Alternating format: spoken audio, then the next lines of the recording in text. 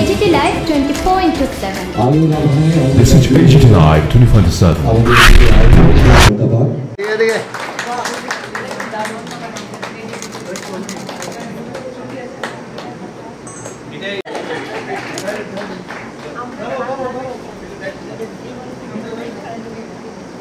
সেই সঙ্গে আজকের যে আয়োজন আন্তর্জাতিক নারী দিবসে অনন্যা সংবাদ যোদ্ধা madam সুদম্বিকা R IPS Additional SP Charter. Thank you madam for sparing your valuable time with us. Thank you very much.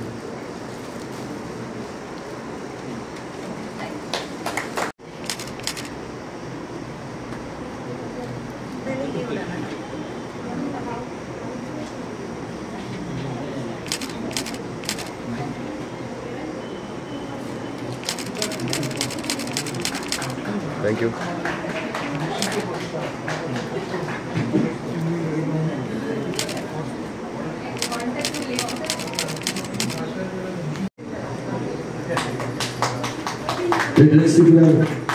Srimati Indira Dev.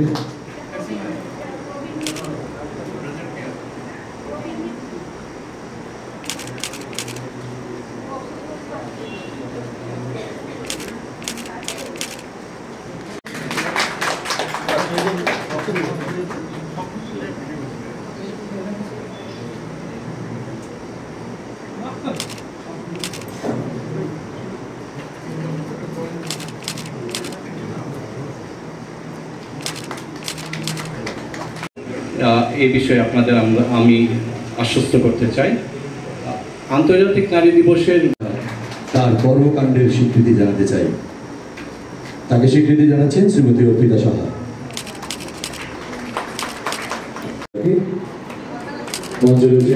জোরে সবাই কর্মীদের অভিনন্দিত করবেন শ্রীমতী রেশমি দেবনাথ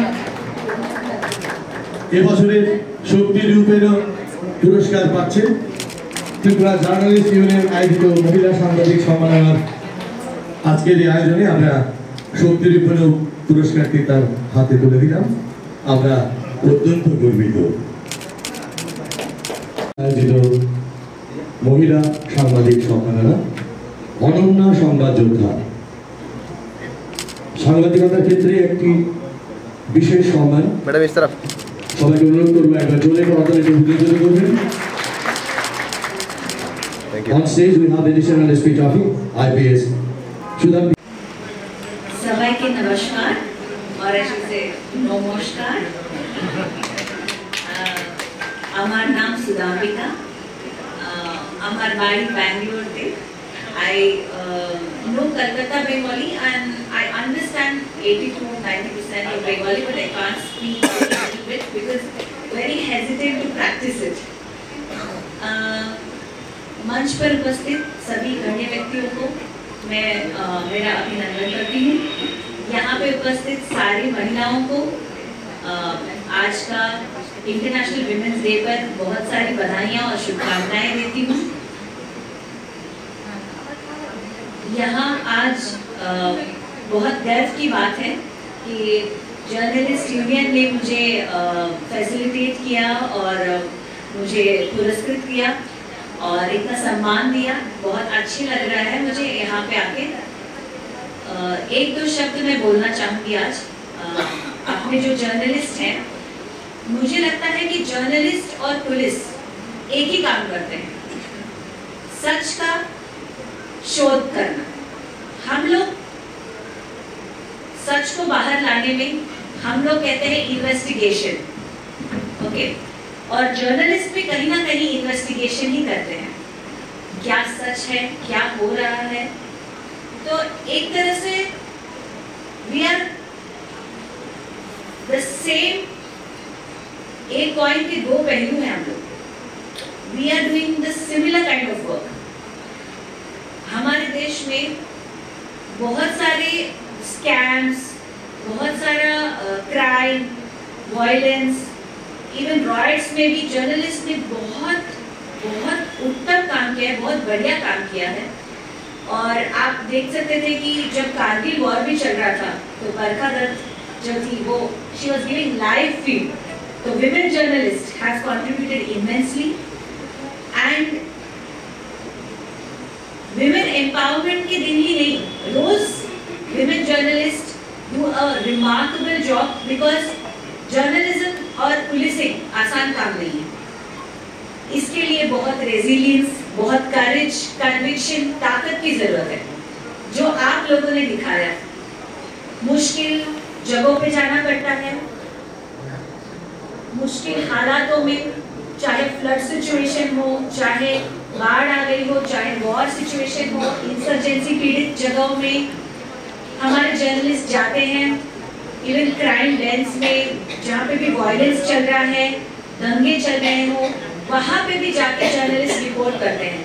और इसके लिए मैं उनको सलाम करती हूँ और उनके जज्बे को, कि इतने अच्छे तरीके से वो सच का हमारे सामने प्रस्तुत करते हैं।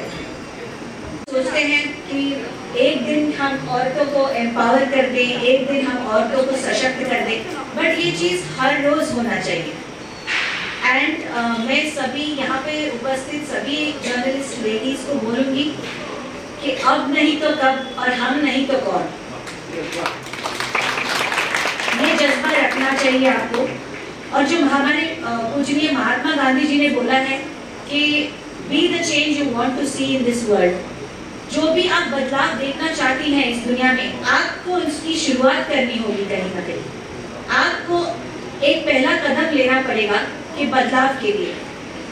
तो ये बदलाव हम लोग रोज कोसते रहते हैं, ट्रैफिक ऐसा है, हमारी व्यवस्था ठीक नहीं है, हमारा करप्शन हो रहा है ये समाज में, ये इतने सारे प्रॉब्लम्स हैं, बहुत सारा डिस्क्रिमिनेशन हो रहा है, शोषण हो रहा है। अगर हम आवाज नहीं उठाएंगे, आपके कलम में वो ताकत है, आपके कलम में वो जो लाठी में नहीं, जो मेरे बंदूक में नहीं, वो आपके कलम में।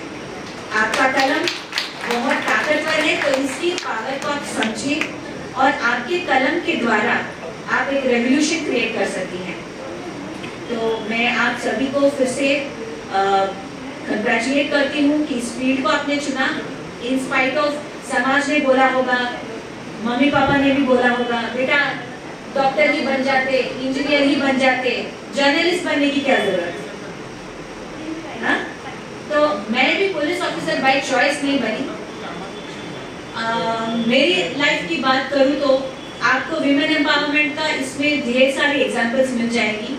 मैं बहुत ही मिडिल क्लास फैमिली से थी। मेरे फादर एक बैंक मैनेजर थे कर्नाटका में, और एक ऐसा क्षण आया था हमारी लाइफ में जो हर एक मतलब आई डोंट नो, बहुत सारे बच्चों को अच्छा घर मिलता है, सब कुछ ठीक ठाक होता है, बट कुछ बच्चों को बहुत चैलेंजेस फेस करने पड़ते हैं। तो मेरे बचपन से ही मैं बहुत सारा चैलेंजेस को फेस करती आई हूँ। जैसे मेरे पापा को कैंसर था, तो हमारे घर में ऐसा बोल दिया कि अब पापा को कैंसर है तो हमारी पढ़ाई नहीं हो पाएगी, या पता नहीं इनसे कौन शादी करेगा, ये तो रोड पे आ गए। लोगों की बातें ऐसी होती हैं, बट मेरी मदर, मेरी जो इंस्पिरेशन है मेरी माँ है, उन्होंने कभी अपना डिटर्मिनेशन जो है, अपना करेज उन्होंने छोड़ा नहीं। और आज कैंसर को भी फाइट करके मेरी माँ ने बोला कि डॉक्टर ने बोला कि 6 महीने हैं इनके पास, मैडम आपका जो पैसा है बच्चियों का शादी में खर्च कर लीजिए, ऐसा एक डॉक्टर ने बोला था। तो मेरी माँ ने बोला कि आप नहीं बताओगे कि हमारी लाइफ कैसी होगी, वो ऊपर वाला तय करेगा, मैं उसको बोलूँगी। और आज 30 साल हो गए, मेरे 5 father is fit and fine, अच्छे से हैं वो, भगवान की कृपा से। एंड मैंने वो बचपन में ही डिटर्मिनेशन कर लिया था कि मेरी माँ एक बार ऐसे बोल रही थी कि अगर मेरे पति नहीं रहेंगे तो मैं नहीं रहूँगी, और मैं नहीं रहूँगी तो मेरे बच्चों का कोई फायदा उठा ले जाएगा, हम सब लोग चले जाते हैं इस दुनिया से। मैंने बोला माँ मुझे पढ़ना है, मुझे कुछ करना है यार, मुझे डॉक्टर बनना है। तो माँ ने फिर बोला, मैं रोते हुए मेरे मामा को बोली इसको बहुत पढ़ाना, इसको कुछ बनना है लाइफ में, इसको कुछ करना है, तो इसको जरूर कुछ करना। तो उस टाइम से मेरे में जज्बा था कि मैं कुछ करूं लाइफ में, कुछ ऐसा करूं जिससे मेरे माँ बाप मेरे से मतलब मेरे लिए प्राउड फील करें। मैंने एक ऐसा ठाना था जब मैं 6th स्टैंडर्ड की थी, और जब मेरी शादी हो गई तो मैं इलेक्ट्रॉनिक्स इंजीनियर बनी और मम्मी पापा ने बोला कि आप हमारे पे बोझ हो, शादी कर लो। मैं नहीं कर रही थी, मुझे नहीं करनी थी शादी, मुझे आगे पढ़ना था, मुझे यूएस जाना था, मास्टर्स करना था इलेक्ट्रॉनिक्स में। और आप शादी कर लो। मैंने बोला आपने बोझ बोल दिया मुझे तो मैं कर लूँगी शादी। मैं बोझ नहीं थी, मैं इलेक्ट्रॉनिक्स इंजीनियरिंग पास करके विप्रो टेक्नोलॉजीज में ऑलरेडी मेरे पास जॉब था, आई वाज प्रोजेक्ट इंजीनियर। फिर भी मम्मी पापा का कहने पर हर एक लड़की को वो होता है कि चलो मेरे मम्मी पापा बोल रहे हैं तो मैं कुएं में भी कूद जाऊँ, ऐसी बच्ची थी मैं। तो मैंने शादी की, बट अच्छा ही हुआ। फिर मेरे फादर इन लॉ ने मुझे लंदन भेज के मास्टर्स भी करवाया, वहाँ पे मैं मास्टर्स भी किया। I did masters in electronics and communication. फिर मैं वापस आई तो मेरे फादर इन लॉ को लगा कि additional secretary in government of Gujarat social welfare department में, his name is KG Vanzara. मैं उनका मतलब इतना भी मैं भगवान को ना पूछूं और उनको पूछूं तो ज़्यादा अच्छा रहेगा, क्योंकि उन्होंने मुझे बोला बेटा अगर तुम फॉरेन में इतना मेरिट और डिस्टिंक्शन से पास हो सकती हो तो हमारे देश के लिए क्यों नहीं काम करती? तुम्हें पासपोर्ट होल्डर्स के लिए काम नहीं करना है, तुम्हें राशन कार्ड होल्डर के लिए काम करना है, तुम्हें और वो गरीब मजदूर बेबस लोगों के लिए काम करना है, समाज के लिए काम करना है।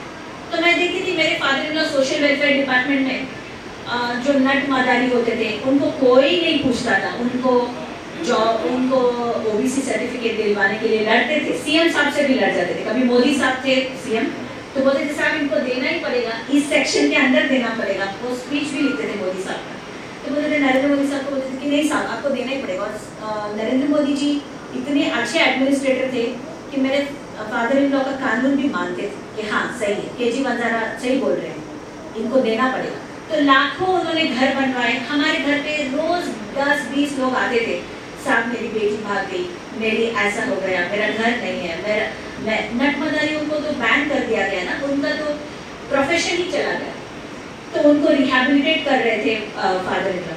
तो मैं रोज देखती थी और प्रेरणा लेती थी कि यार ये इतने लोगों की जिंदगियां बदल रहे हैं अपने सिर्फ एक कलम से, तो मैं भी वो कर सकती हूँ। तो मुझे इंस्पिरेशन मिला और फिर मैं यूपीएससी की तैयारी मैंने की।